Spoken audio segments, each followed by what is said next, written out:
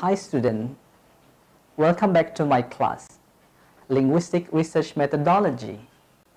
In this semester, you have learned about how to write your Chapter 1, Introduction. You have also learned how to write your Chapter 2, Literature Review. And you also have learned about Chapter 3, Methodology of Research.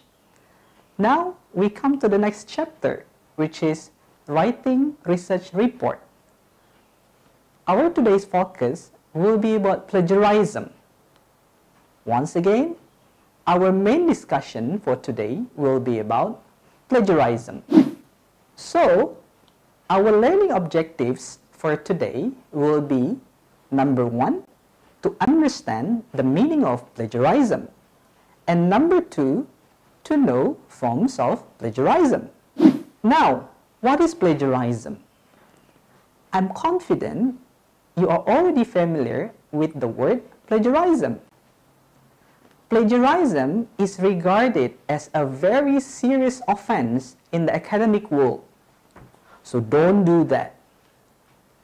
Plagiarism is basically presenting someone else's work or ideas as your own, with or without their consent, by incorporating it into your work without full acknowledgement. All published and unpublished material, whether in manuscript, printed, or electronic form, is covered under this definition. Plagiarism may be intentional or unintentional. Once more, I repeat. Plagiarism may be intentional or unintentional. Intentional or reckless plagiarism is a disciplinary offense. This is based on University of Oxford 2016. Now, let us talk about form of plagiarism.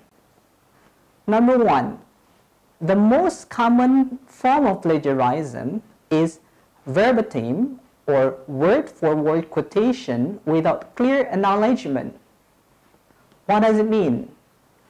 Quotation must always be identified as such by the use of either quotation marks or indentation, and with full referencing of the sources cited. Remember, once more, I repeat, quotations must always be identified as such by the use of either quotation marks or indentation, and with full referencing of the sources cited. It must always be apparent to the reader which parts are your own independent work and where you have drawn on someone else's ideas and language. It means that verbatim word by word quotation without clear acknowledgement is considered as a serious offense. Number 2, this is also one of the most common plagiarism case, which is cutting and pasting from the internet without clear acknowledgement. Information derived from the internet must be adequately referenced and included in the bibliography. It is important to evaluate carefully all material found on the internet, as it is less likely to have been through the same process of scholarly peer review as published sources. Number 3, paraphrasing cases. Paraphrasing the work of others by altering few words and changing their order, or by closely following the structure of their argument, is also considered as plagiarism. If you do not give due acknowledgement to the author whose work you are using, this is a serious offense. Number 4, inaccurate citation.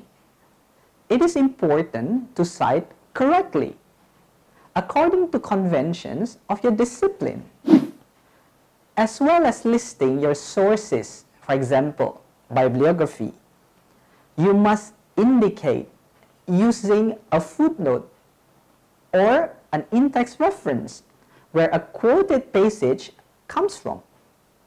Additionally, you should not include anything in your references or bibliography that you have not actually consulted.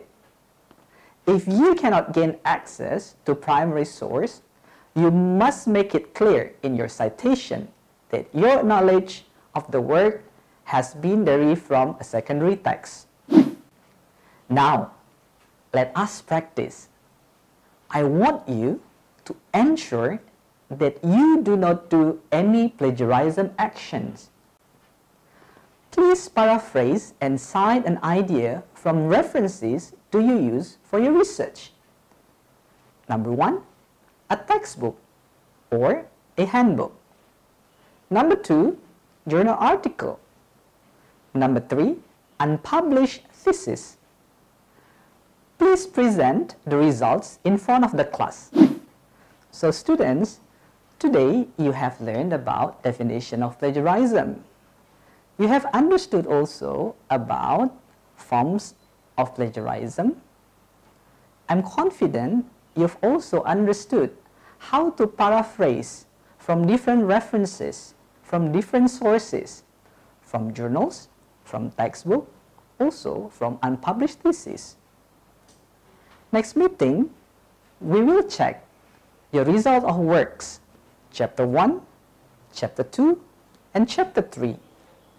We will look at whether all of the chapters contain plagiarism. So please bring your draft of proposal. Thank you.